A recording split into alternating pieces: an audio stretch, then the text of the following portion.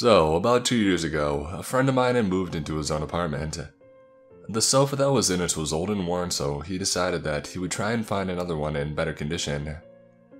He asked me to help him look for one as my dad had a van, and we would need to use that to transport the sofa. So we went on Craigslist to have a look at what other people had for sale. We came across one ad that stated, a 3-seater cream leather sofa, great condition, free to first viewer. There was a picture of it and it looked in perfect condition. Now the ads had been up for a week, so we had thought that maybe it was already gone, and that they just hadn't taken the ad down yet. So my friend contacted the seller and nearly instantly got a reply saying that they still had the sofa and it was available if we would like to collect it. I was a bit weary that it was still available. I mean, a free sofa in perfect condition that had been up for a week and nobody has taken it yet. We thought that maybe there was something wrong with it that could only be noticed when viewing the sofa, that was maybe hidden from the pictures. It was a weekend and we had no plans, so we decided that we could go and check out the sofa. My friend contacted the seller back and organized a time and a place to meet up. They decided on a local McDonald's car park at 9 p.m. as the seller said that he was in work until 8 and would need time to get ready after work. The seller said that he would be driving a green Honda Accord with a trailer. So we pulled up to the McDonald's car park at about 8:50 p.m. There were loads of people around, so we had no reason to think that we would be in danger or anything. At 8:55, my friend got a text saying that the seller was about 15 minutes away, and they asked him to describe what vehicle we were in, so he described the van that we were in to him. About 5 minutes after he had texted the seller what vehicle we were in, an overweight man around 50 years old with a gray scruffy beard and greasy gray hair approached the driver's side window of the van, which was my side, as I was driving the van. He was wearing a plain white t-shirt with what looked like food stains all over it, with black jeans with holes torn in them, and dried mud stains all over them, along with a pair of black steel toe-cap boots also covered in dry mud. He knocked on my window, so I rolled it down a bit. "You boys here for the sofa?" he said in a gravelly voice. It sounded like he needed to cough, but he couldn't get it out. Yeah, I said to him. Rob's car broke down just on the road and his phone battery died. I was with him, so I walked up to get you guys. He was with the car waiting for AA, but you can come down and collect the sofa off of him. Me and my friend looked at each other, unsure of what to think. Can I get in the van and we'll go back to Rob together? The guy asked. How far down the road is he? I asked before he replied. Not too far, but I need to show you where to go. At this stage, my friend pretended to get a phone call. Hello? Yes, no way, really. We'll be right there, he said before pretending to hang up his phone. He looked at me and said, Hey man, we gotta go. My dad needs us to help him with his flat tire. I nodded, knowing that it was a fake call for us to get the hell away from this creepy guy. Hey, we gotta go now, but we'll contact you tomorrow about the sofa. The guy just stared at us as I rolled up my window and started to drive away. Me and my friend looked at each other. Well, that was creepy. I got bad vibes off of that guy, my friend said.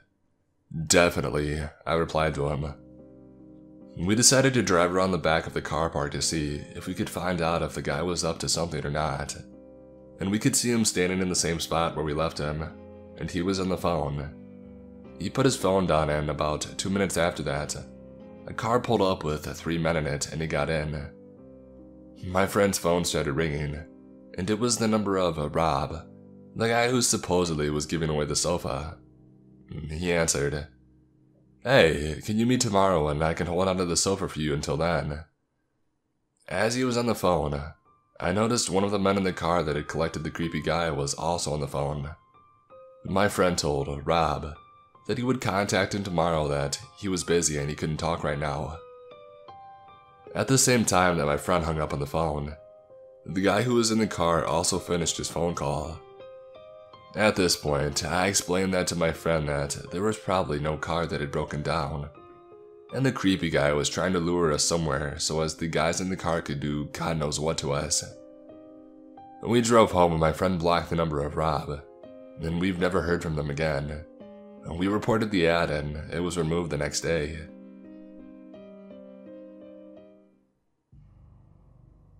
I have a couple memories of being abroad at various times that I didn't think about it at the time that could have gone bad, but didn't turn out that way.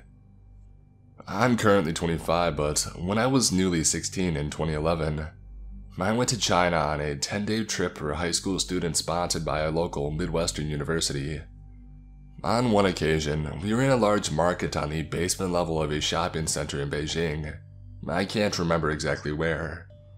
We were supposed to be using the buddy system, and I was buddies with a boy that I had stayed friends with over the years. While looking around the large market, we got separated for a few minutes visiting different stalls, but I just assumed my friend was close by and could see me. I walked into a shop stall by myself to look at some of those tacky souvenir canvas bags that you can find in any major city. I browsed for a couple minutes, not paying attention to the fact that I was the only one in the stall when a small, middle-aged Chinese woman came up to me and grabbed me tightly around the arm. In broken English, she told me that she had more purses and bags in her secret shop, and started pulling me towards the back of the store. Taken aback, I said I didn't want to look. In front of me, a man was pushing open a door at the back of the wall that had bags hanging all over it that would have appeared to be part of the display. I just remember being incredibly confused and hesitant. She was holding onto my arm so tight that it hurt, while pulling me forward, and I just remember in that moment looking around quickly. And then I see my 6'2" tall male friend running over. He came and grabbed my other arm, and when she saw him, she immediately let go, walked off, and the man shut the door. I don't know what exactly was going on, but I do know that I was very young and naive at the time, and that I am very fortunate to have had a watchful friend. When I was 20, I spent a semester abroad in Copenhagen as well. I lived in a house in a suburb just north of the city, and I had spent the evening having some drinks with friends in the city center. I was the only friend who lived in that direction, so I got in the S train by myself. I did this every day to get to and from class, and to go home. A male friend offered to go with me, but I didn't want to inconvenience him with an extra trip, so I declined. The train ride was 20 to 30 minutes, and at the second stop, a dark-haired, middle-aged man sat down across from me. Even though I had been drinking, I wasn't drunk, and by this point in my life, I had learned to be a little more careful of my surroundings. I busied myself with my phone, and he asked me how I was in Danish. Many people assumed I was because I am pale and blonde. My barely passable Danish was even worse if I had had any alcohol, so I apologized and said that I only spoke English. He said that he was Spanish and he didn't speak much English himself. I just smiled and nodded, hoping that he would understand that we couldn't talk. However, he kept trying to ask me questions though. I decided to be polite and asked him how he was doing in my incredibly poor Spanish. He took this as an invitation to ask more questions, and I could barely understand a thing. He was visibly frustrated I couldn't converse with him, and then tried to ask if I was with friends or if I was from here. Subtle red flags. I thought about getting off the train early, but I didn't want to get lost. I had only been here a few weeks at this point. 10 minutes later, I got to my stop and I got off the train. I very much noticed that he also got off the train just before the door closed. Usually, I walked home. It was a 15-minute walk from the station to my house, and on normal days, it was a pleasant walk through a residential neighborhood. He followed me through the tunnel under the tracks to the other side, and luckily, a city bus was outside the station.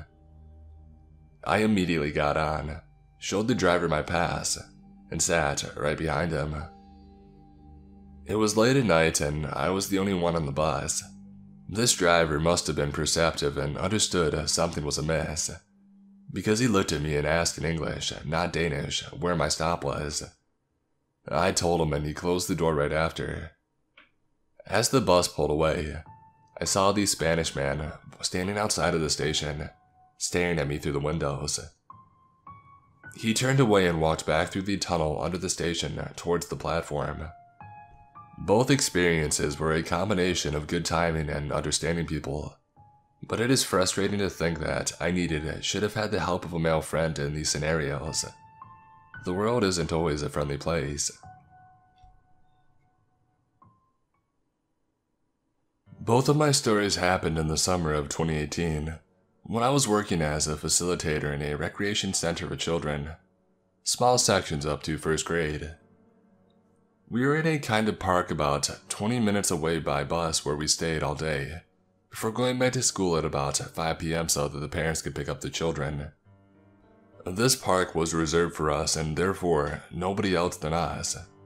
Our managers and those who take care of the canteen are not supposed to be there, especially since around it there are only fields, a forest and a building site, but it was quite far. Now that the context has been set, I'll begin the first story that happened to my colleague. We had walkie-talkies for the day, which allowed for us to reach our managers, the secretary, or the infirmary in case of a problem, but they were returned when it was time to leave to be recharged during the night. So, it was up to the secretary, my colleague, who was the last one to leave at around 7 p.m., to put them on the charger and then close the shutters and doors and go home. One morning, I think it was the 8th day, I had been working for a month with the children. We all find ourselves summoned one by one to the office of our leaders, so I go there without really understanding what is going on. I pass in front of the secretary who doesn't look serene at all, and that worries me a bit. My senior manager asked me if I had returned my walkie the day before, or if I knew someone who had taken one. I say that I did return mine by pointing it at the charging station, and explain that I didn't hear anything else. I still asked why I'm being asked this question, and then my manager tells me. The night before at around 7 p.m., as she was about to leave, my colleague was closing the shutters when one of the walkie-talkies lit up, and a male's voice came out saying, "Hey, beauty of the aisles, you're beautiful when you close those shutters." I had a vile shiver go down my spine, my colleague being the only foreigner on the team. The person who had spoke to her had to be looking at her and really talking to her and not a hoax. At the time, she had called her roommate who had come to pick her up and left every other day with someone, and we never heard from that guy again. Nevertheless, we patrolled for several days to try to notice someone, for our safety but especially for the children's safety. The second story takes place in the third and thus the penultimate week of work. It is around 11 a.m. when I am called on the talkie by my manager. She tells me that something very strange has happened. I ask her what it is, and again, I could feel this shiver of anguish. A man had come to the secretary and asked to see me using my first and last name. My manager had gone to see me because she thought it was strange, because nobody is supposed to show up at my workplace, and apart from my parents and friends, nobody knew I was there. This man had then introduced himself as my uncle, and that he had come to pick me up for personal reasons. My manager said that I was not on site. That wasn't true, and that she would let me know that he had come by. According to her, he looked very annoyed and left without giving his name. You could say it was a plausible story, but I only have one uncle who was my godfather, who doesn't fit the description of the man who came in, and to whom I don't talk at all. I never heard from this man again, and I've never seen him, but I still have this bad feeling that someone I don't know forged an identity to come and get me. Who knows what would have happened if I had gone. I am grateful to my manager who knew how to smell the trouble.